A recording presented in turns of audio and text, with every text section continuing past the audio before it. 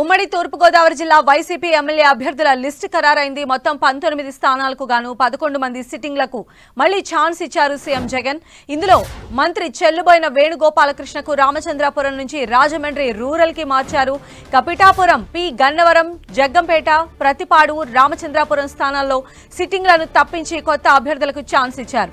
తూర్పుగోదావరి జిల్లాకు చెందిన ఎమ్మెల్యే అభ్యర్థుల లిస్టు ఎక్స్క్లూజివ్ గా 10 టీవీ అందిస్తోంది.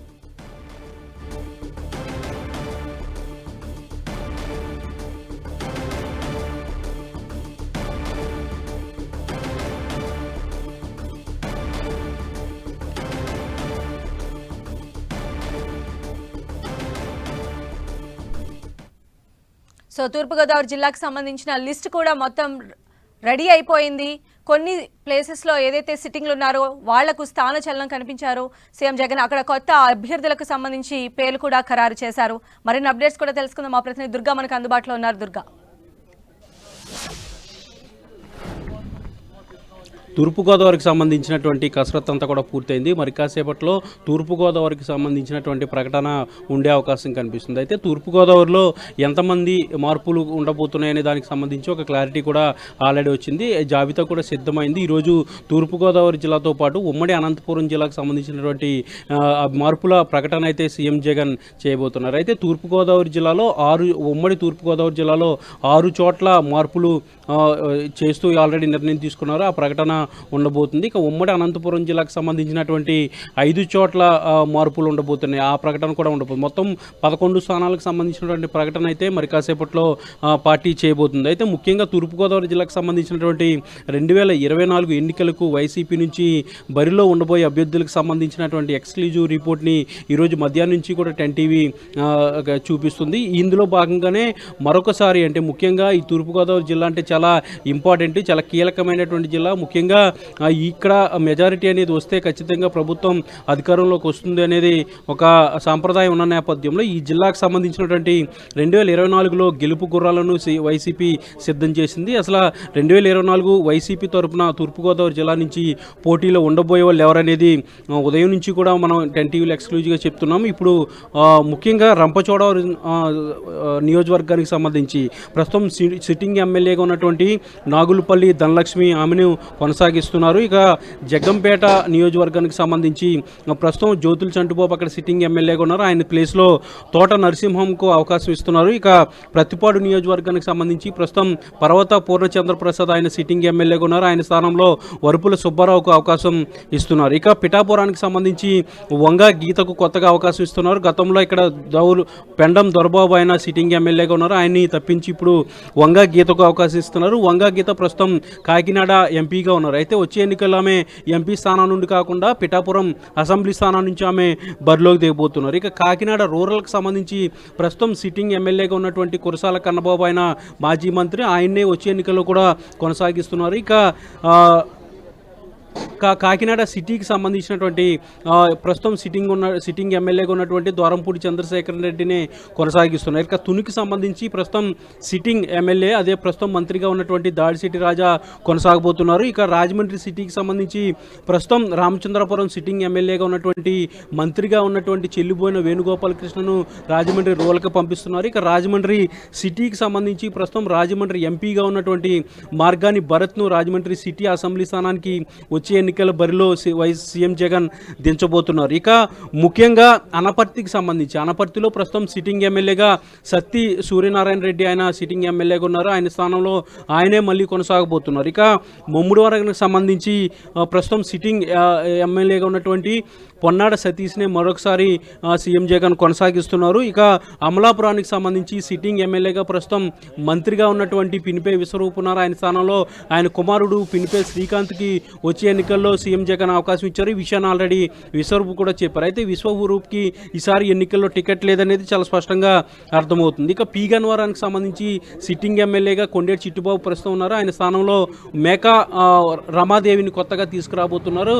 మేకా రమాదేవి రాజకీయాలకు కూడా కొత్త, ఫస్ట్ టైం ఆమె రాజకీయాలకు వస్తున్నారు.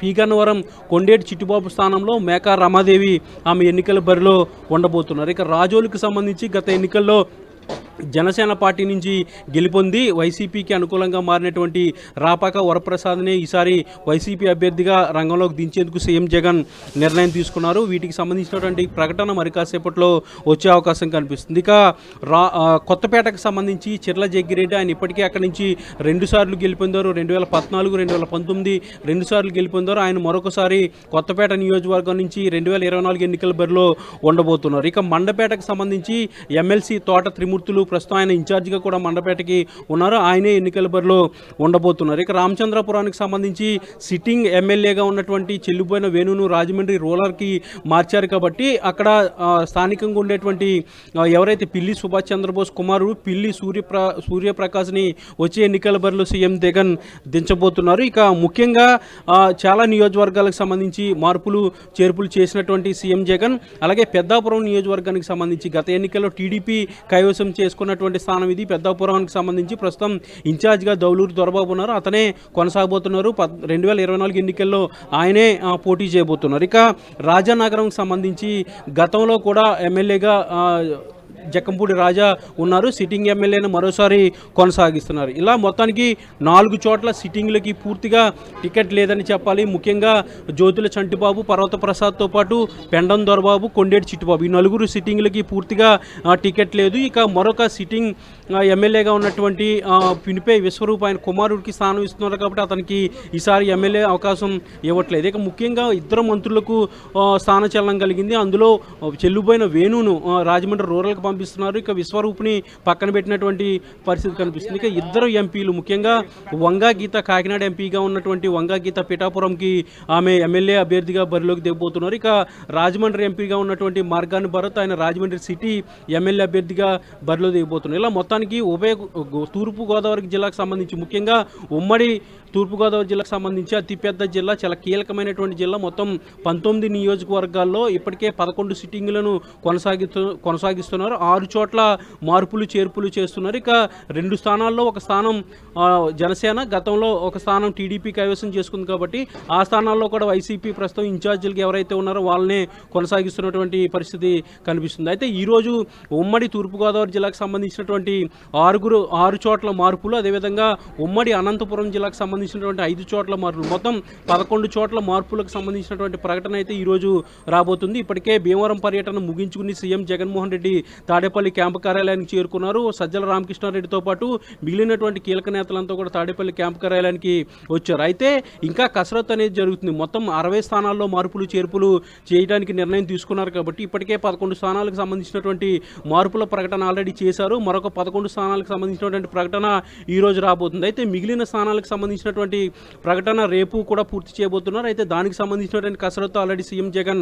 తాడేపల్లి క్యాంపు కార్యాలయంలో ప్రారంభించారు. ఇప్పటికే చాలామంది ఎమ్మెల్యేలు ఆల్రెడీ క్యాంపు కార్యాలయానికి వచ్చినటువంటి పరిస్థితి. ముఖ్యంగా ఎన్టీఆర్ జిల్లాకు సంబంధించినటువంటి ఎమ్మెల్యేలు సామినేని ఉదయభాను, అలాగే విజయవాడ సెంట్రల్ నియోజకవర్గ ఎమ్మెల్యే మల్లాది విష్ణుతో పాటు విజయవాడ తూర్పు ఎమ్మెల్యే దేవినేని నవనస్ వీళ్ళు కూడా తాడేపల్లి క్యాంపు కార్యాలయానికి వచ్చారు. దీంతో పాటు మరికొంతమంది ఎమ్మెల్యేలు అనంతపురం జిల్లాకు సంబంధించినటువంటి ఎమ్మెల్యేలు కాపు రామచంద్రారెడ్డి, తిప్పేస్వామి వీళ్ళంతా కూడా క్యాంపు కార్యాలయానికి వచ్చారు. అయితే వీళ్ళందరితో కూడా మరోసారి సీఎం జగన్ సమావేశం కాబోతున్నారు. రేపు విడుదల చేయబోతున్నటువంటి ప్రకటన లిస్టుకు సంబంధించినటువంటి కసరత్తు కూడా మరొకసారి సీఎం జగన్ చేయబోతున్నారు. అయితే ఈరోజు సాయంత్రం విడుదల చేసే లిస్టుకి సంబంధించినటువంటి కసరత్తు అంతా కూడా పూర్తయింది. మొత్తం 11 స్థానాలకు సంబంధించినటువంటి ప్రకటన ఈరోజు ఉండబోతుంది. ఉమ్మడి తూర్పుగోదావరి జిల్లాకు సంబంధించినటువంటి 6 స్థానాలు, ఉమ్మడి అనంతపురం జిల్లాకు సంబంధించినటువంటి 5 స్థానాలు, మొత్తం 11 స్థానాల ప్రకటన అయితే ఈరోజు ఉండబోతుంది అన్న. అయితే దుర్గా మనం ఎలా చూడాలంటే కొత్త ప్లేసుల్లో వచ్చినటువంటి కొత్త అభ్యర్థులకి అక్కడ ఇప్పటి వరకు ఉన్నటువంటి స్థానికంగా ఉన్నటువంటి లీడర్స్ కావచ్చు లేదా సెకండరీ క్యాడర్ ఎలా కలుపుకుపోయే విధంగా జగన్ దిశానిర్దేశం చేసే అవకాశాలు ఉన్నాయి. అయితే ఇన్ఛార్జీల మార్పు తర్వాత పార్టీలో కాస్త అసంతృప్తి, కొన్ని చోట్ల ఇబ్బందికరమైనటువంటి పరిస్థితులు ఉంటాయి. ముఖ్యంగా ఇన్ఛార్జిని మార్చిన తర్వాత కొంతమంది ఇన్ఛార్జీలు అసంతృప్తి వ్యక్తం చేస్తున్నారు. వీటితో పాటు ఆ క్యాడర్ ఎవరైతే ఉంటారో ద్వితీయ శ్రేణి నేతలు అలాగే మండల స్థాయి నేతలు కొంతమంది అసంతృప్తి వ్యక్తం చేస్తున్నారు. ఈ నేపథ్యంలోనే వీళ్ళందరినీ కూడా సెటరేట్ చేసే బాధ్యత రీజనల్ కోఆర్డినేటర్లకు సీఎం జగన్ అప్పగించారు. 2 రోజుల క్రితమే రీజనల్ కోఆర్డినేటర్లతో కీలకమైనటువంటి సమావేశం కూడా ఏర్పాటు చేశారు. 3.5 గంటల పాటు సుదీర్ఘంగా ఈ సమావేశం జరిగింది. ముఖ్యంగా విధంగా మార్పులు చేర్పుల తర్వాత ఏ విధమైనటువంటి యాక్షన్ తీసుకోవాలి, అసంతృప్తులు కనుక బయటకు వస్తే వాళ్ళని ఏ విధంగా కంట్రోల్ చేయాలి, వాళ్ళకి ఏ విధమైనటువంటి నచ్చజెప్పాలనే అంశానికి సంబంధించి కూడా సీఎం జగన్ వాళ్ళకి ఆల్రెడీ దిశానిర్దేశం చేశారు. ఎందుకంటే టికెట్ ఎవరికైతే పూర్తిగా లేదో, ఎవరినైతే స్థానచలనం కలిగిస్తున్నామో వాళ్ళందరితో సీఎం జగన్ ఆల్రెడీ నేరుగా మాట్లాడేశారు. 20 చోట్ల మార్పులకు సంబంధించి పూర్తిగా వాళ్ళందరితో 1-to-1 మాట్లాడిన తర్వాతే వీటికి సంబంధించినటువంటి నిర్ణయం తీసుకుంటున్నారు. కాబట్టి అటు క్యాడర్లో కానీ కొంతమంది వ్యక్తిగతంగా కానీ ఏదైనా అసంతృప్తి కనుకుంటే వాటన్నింటినీ కూడా చక్కబెట్టాలంటూ కూడా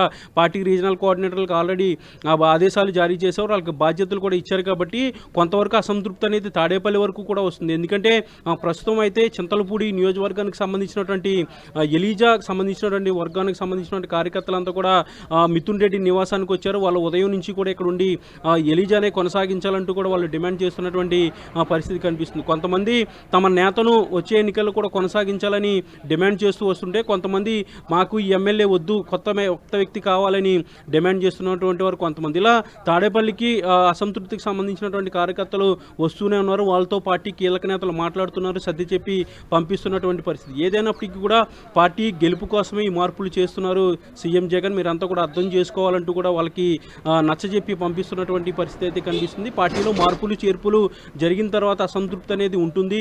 అయితే అసంతృప్తిని ఏ విధంగా అధిగమించాలనే దానికి సంబంధించి ఇప్పటికే ఆదేశాలు సీఎం జగన్ వాళ్ళందరికీ కూడా ఇచ్చారు. కాబట్టి ఈ అసంతృప్తులను కంట్రోల్ చేసే పనులు అయితే రీజనల్ కోఆర్డినేటర్లు ఉన్నారని చెప్పొచ్చు. రైట్ దుర్గా.